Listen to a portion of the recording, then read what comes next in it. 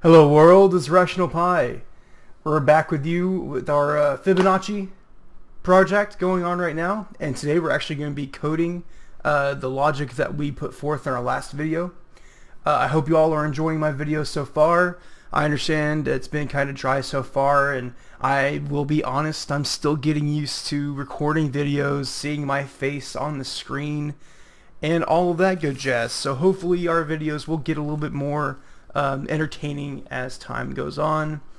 I know it takes a little bit of time to be yourself on YouTube, and even the best YouTubers have taken some time before they really got their stride going, so hopefully we will get to that point eventually. But again, I appreciate you all being here with me. Hopefully you're learning a couple things. Hopefully I'm not making myself look like a complete jackass up here. And I know I'm having fun already. It's been a great. I'm learning how to use different video recording software, video editing software. I'm still not quite at the level I want to be, but luckily I don't plan on leaving this anytime soon, so we should get a lot better at that. So let's go ahead and start coding. I'm nervous because this is the first one I've done live on a video, so this is pretty exciting to me. So as I mentioned in our Hello World series, the very first thing that you need to do is you need to include your hash include IOStream line here, and then we're going to go ahead and add the using namespace std so that we can use the various cin, cout functions and all that. So the first thing we wanted to produce, and I like putting my main sequence at the bottom, that's just a preference for me. Some people like to put it at the top as the main thing that's going to be happening, but since the focus of our code is going to be about the Fibonacci function, we're going to go and put that at the top. But let's go ahead and first code the main sequence. So we're going to go ahead and put int main, and we're going to go ahead and put the starting bracket because that is required. And let's go ahead, and that's the great thing about Visual Studio is that as you're coding, it will try to let you know of any errors. It will try to format as best as it can to help you out. So that's one reason I really enjoy using Visual Studio. It's really user-friendly. If you are able to get it, please do. If you're not part of a university, it does cost some money. But if you are a student at a university, you should be able to get this for free using what's called DreamSpark. It's a Microsoft software distribution website. So we're going to go ahead and start out with, oh, my wife's calling. Hey guys, I am back. Sorry about that. My wife was giving me a call real quick, so I went ahead and answered because, you know, I love my wife. So let's go ahead and jump back into our code. So all we did was we created our main function, and we're going to go ahead and start out with a very basic integer of n. That's going to be the number that the user is going to input that's going to tell us how many values in the sequence we're going to need to find. So the first thing we're going to do is we're going to create a cout statement, and then we're going to ask the user, please enter a non-negative number. Be sure to put your semicolon, and then the cin is what's going to be used to say that whatever the number that the user puts in and then presses enter is what's going to be the value for n.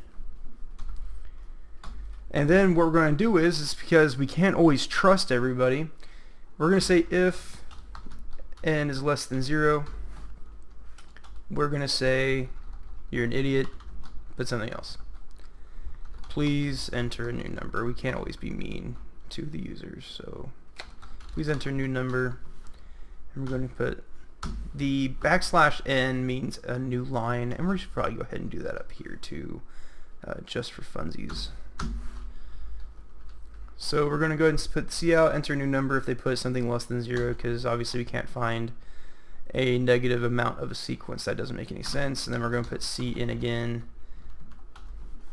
Oh, if you notice there, it went back to the other line. The reason that is because in C++, if you don't put these curly braces there, it only assumes the first line under this if statement is going to be in the if statement. So when you want to go and put those there, avoided an error there, so good job me.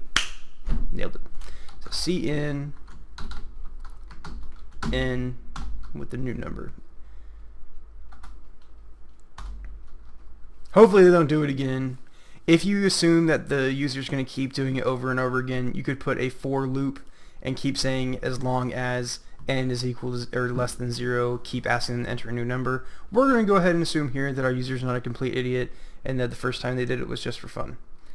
So we're going to go ahead and put the end curly braces, and we're going to go ahead and move on to, we're going to put cout for 0, because this is going to be the first value of the sequence. And we're going to go ahead and put cout endl. And what that means is it's the end of the line. We're going to do that again for 1 because it's given. It's the second number in the sequence. And again, cout end line. Now, some programmers like it to where there's only one statement per line. As you can see here, I put the cout and both cout lines on the same, or statements on the same line. It's okay to do that as long as you remember to put the semicolon there. If you don't do that, then it's not going to make any sense to the compiler. So then what we're going to do is we're ready now to go ahead and call the Fibonacci function. And again, we're going to put n minus 2 because we already know the first two values. So if they ask for 5 values, if we just put in n here, then it's going to produce 5 more values. And you'll see what we're talking about here in a second. So Fibonacci n minus 2. And then once we're done with Fibonacci, we want to go ahead and have it to where the command prompt with the output is going to stay on the screen. So we're going to put system pause, and you'll see what that does here in just a moment. And then we're going to return 0 to end the program. So awesome, we have our main sequence. Fantastic. So now that we have our main, we're obviously missing something. We're missing the Fibonacci, and as you can see here, it's going to produce this little red squiggly line, which means there's an error, and it says error identifier of Fibonacci is undefined. Okay, well obviously we haven't produced it yet. So we're going to create a void because it's not going to return anything per se. It's just going to print out some things for us. So void Fibonacci, and then it's going to be given the integer n. So now you may be saying to yourself, well, down here it says n minus 2. Well, when the number here, or the integer here, we could put integer blah blah, and it's not going to matter, because this, as long as we keep it sustained within Fibonacci, it's going to know what it's talking about, and this number is going to start out as n minus 2. The only reason we're keeping it as n is just for continuity's sake. So int n. First curly brace, obviously that's important.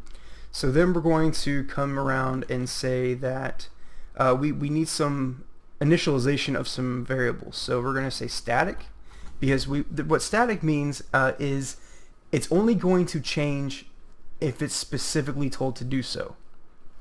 So static int first value is 0, second value is equal to 1, and new value, which we obviously don't have a new value yet. And you can put as many variables on one line as you want to, as long as they're the same attribute and the same data type. So we're going to jump down, then we're going to say if n is greater than 0, because that means we still have some numbers we need to find. If n is greater than 0, then we're going to say that the new value is equal to the first value plus the second value. Alright, cool, awesome. And then we're going to say that the first value is going to equal to the second value, because we need to shift all the numbers 1, because for example we have 0 and 1, and we don't want to use 0 and 1 again. We have to be able to move those over one space. So now the first value is going to equal the second value, and if you notice here, all the variables are saved within Visual Studio, so you could probably just start typing sec, and then second value is going to pop up. Whoops. Second value, and you should be able to double click, and there you go. And then we're going to say the second value, it'd be nice if I could spell, second value is going to equal to the new value. And then we are going to cout, we're going to print the new value,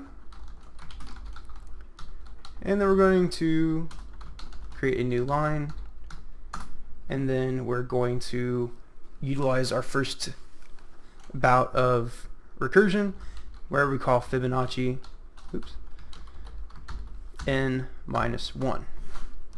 Okay, so that's where the recursion comes into play, because we haven't done anything weird in our main or in our Fibonacci function up until this point.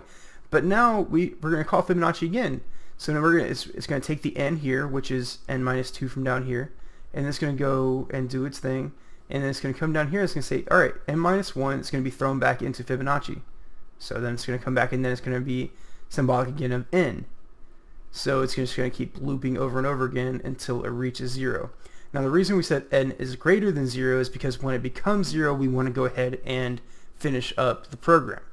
So at that point, we are done with our code. It's very simple. It's very, I don't want to say elegant, but it's how many lines? 29 lines of code. We probably could have combined a couple lines, but that's okay. That's not bad for our first actual project. So let's go ahead and run it and see how it goes. So we're going to run our debugger. We're going to build it. No errors, no errors, no errors, no errors, no errors. Errors. No.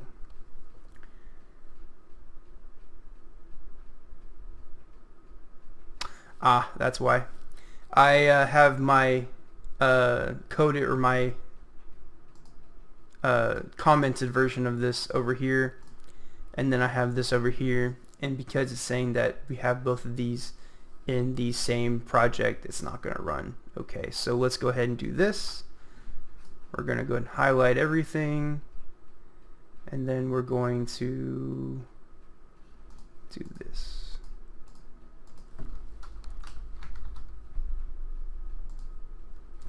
And what this does, this little backslash asterisk, it comments out the whole entire piece of code. So we're going to go back over here, and now we're going to run it. Shouldn't give us any issues. Of course it does.